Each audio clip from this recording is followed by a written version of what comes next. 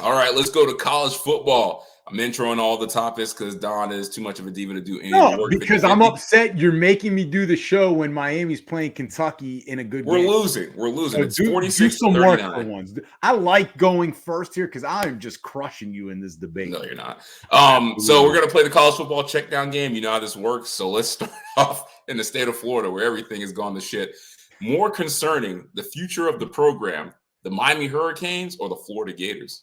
It's the Florida Gators. I mean, will Billy Napier even be there after this season? We know Cristobal is, whether he's taking victory formation or not. Like, Cristobal is going to be there. We're not taking that buyout. The whole team just hit the transfer portal, and I guarantee Cristobal's coming back. Exactly. We're going to have coaching stability. I don't know if it's good, but we're going to have just like you always dreamed of, coaching stability. He'll be here for a decade. That's right. We didn't do it with Manny. We'll do it with Mario. Listen, ACC's not as strong as the SEC. Oh, by the way, Texas A&M just got a whole lot better by hiring Mike Elko as their coach. Oh, shout out to that weird introduction press conference for Mike Elko. Like, Texas A&M, interesting place. That's all I'll say. I didn't see it. I'll have to go back and look. I'll take your word for it.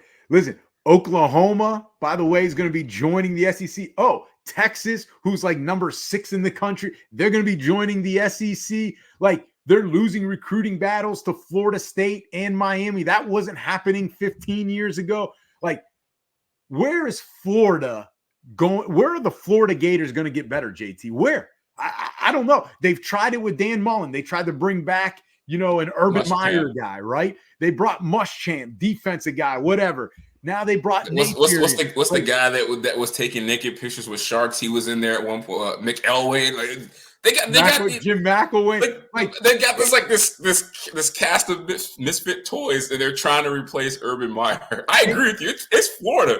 It's Florida. Billy Napier has lost control of this program. Like, he has. Like, and that FSU game was all that coming to a head.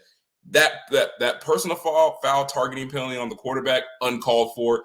And then I don't know if you saw the video. I think it was a DB tried to go back in the game. They tried to take him out, and he like swiped away at the coach and went back out there and just kept playing. I'm like, that's when you know that you have lost control of a program. They're out there acting like the 80s and 90s Hurricanes, but they got like a USF record. Yeah, they're acting like the mid-2000 Florida Gators. Yeah, this is bad, man. But they don't have that championship to their name. UM got stability. We knew we were going to be bad. We improved, and we got recruits coming in, so I trust Mario. More likely, Ohio State's coach for next year, Ryan Day or Mike Vrabel? Jimmy Drama back at it. You always say this. I am not just pulling this out of my ass. This is on the internet. This is what people are talking about. So everything. I know you're this old guy that doesn't like technology. You don't go on social media, so you don't know what's going on. You still read the newspaper every day. Everything. Because he knows he's reading the newspaper. I bet you got a subscription. What's the Washington newspaper? What do they call it? Washington Post, buddy. The Washington Post. I know you got a Washington Post. It's only nationally known, and you don't know it. Nobody reads the newspaper anymore. But everyone knows it's at least called the Washington Post. All right, listen, more likely, Ryan Day. He's going to be their coach. Listen, Ohio State, for how much they don't like Michigan, they should look at what Michigan did with Harbaugh, right? They should look at what Michigan did and how they didn't fire Harbaugh. We had this same question or a similar conversation 2.5 years ago, 3 years ago. Should they move on from Harbaugh?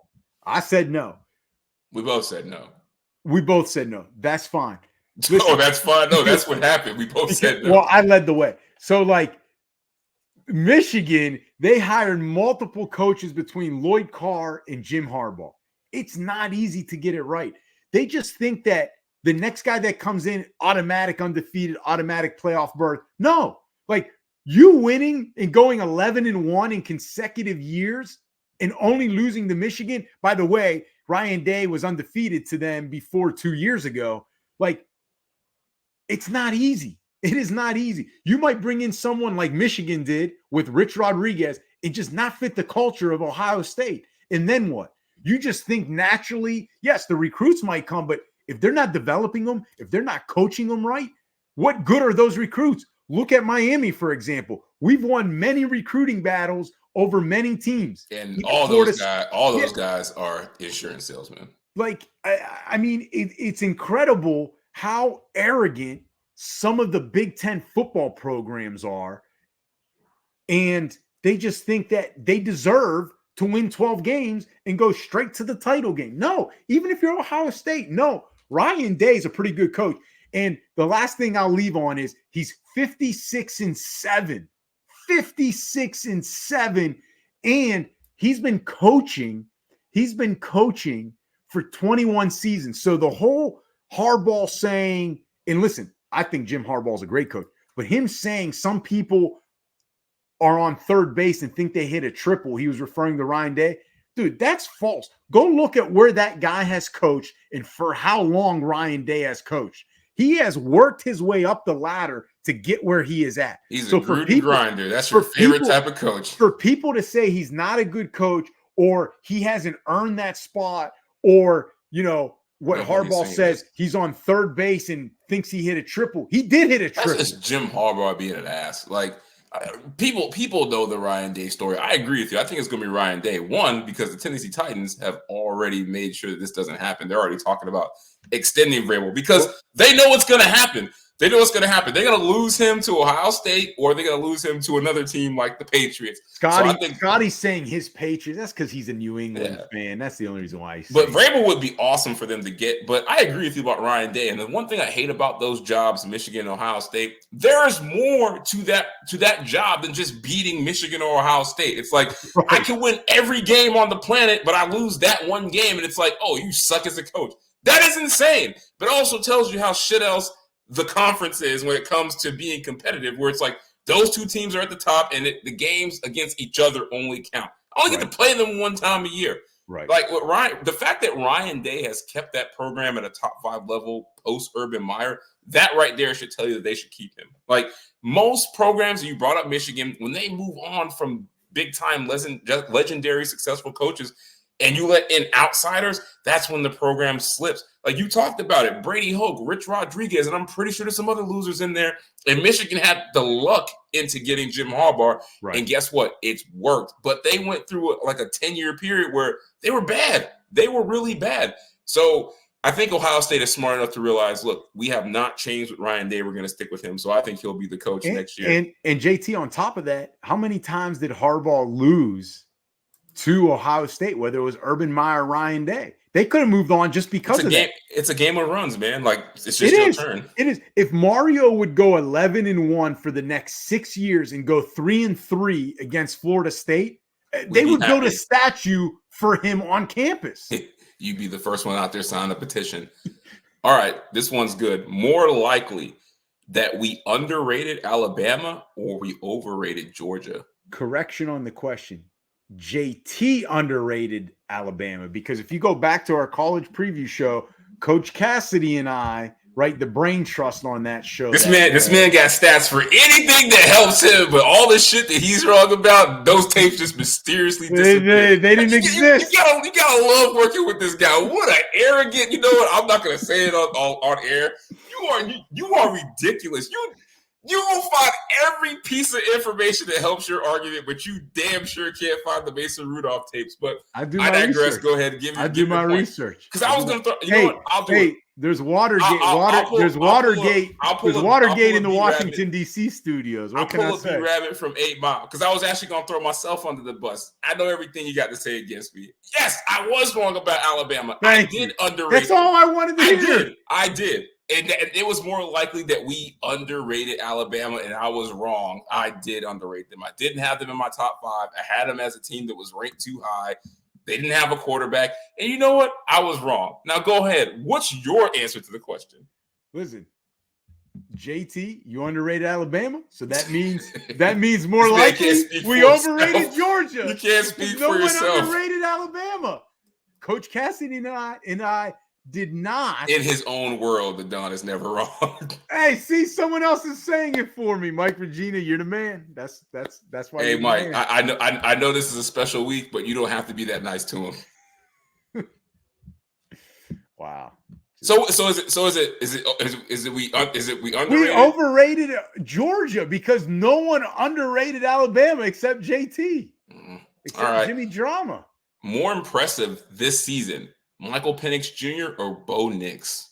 I mean, why do we have to answer a question like, can we just because these are two Heisman candidates? Exactly. Can we just give both of them props? They have had great seasons. Like, why must we pick one? Because we must do a damn Penix show. is my And guy. we must answer these questions. If I've got to pick one, I'm going Penix because people didn't appreciate what he did at Indiana, and he's even better now. And yet, when I hear everybody nationally talking about the Heisman, I always hear, Daniels, right, of LSU. I don't know why he's getting consideration. Bo Nix, everyone wants to throw Bo Nix and Daniels. It's because Bo Nix has only thrown 2 interceptions this year. JT, I understand that.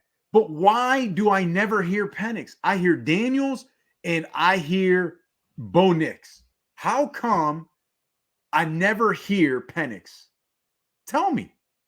I don't know. I'm not the one out there not talking about him. So we talk about him every week on this show. More impressive is Penix because at the end of the day, Oregon has the better team.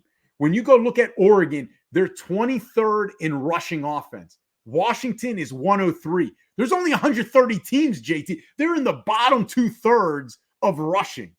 They have only 50 less carries at Washington, but 800 less yards than Oregon's rushing game. So Bo Nix has the ability of relying on the running game and to run play action RPOs. And then on top of that, defensively, Oregon's 15th in the country. Washington's 93rd. Michael Penix, it's more impressive because he's had to do all of it. He has not had the ability to have one bad quarter, let alone one bad game. But Bo Nix, even if he hasn't had a bad game, he doesn't have the pressure of needing to play 4 great quarters for his team to win. Sorry, it's Michael Penix. It's close, but I disagree with you. I mean, obviously, Bo Nix is your guy. Penix, he's not. Bo Nix has never been my guy. He has the stats I give you. And Penix and Washington, they're having a phenomenal season. They might even be in the college football playoffs, and they could win a national championship. But I want to give the nod to Bo Nix because do we forget how we viewed Bo Nix just 3 years ago when he was at Auburn? How is that any different than Penix? I said it's close, but I'm giving the nods. The thing with Penix at Indiana it wasn't that people thought he couldn't play quarterback, is that he couldn't stay healthy. Bo Nix was healthy at Auburn, and we were like, damn, we don't know if he could play quarterback. Like, they were talking about maybe he should move to tight end. Like, Bo Nix came to Oregon. He went from never playing quarterback again to now they're talking about he's a first-round pick. I think what he's done is very impressive, and the fact that he struggled so early in his career with production, and now he's playing like this, that's why I'm going to give the nod to him as it being more impressive to me. But they both have phenomenal seasons. I'm not shitting on Michael Penix. I just think with Bo Nix's turnaround is a little bit more impressive.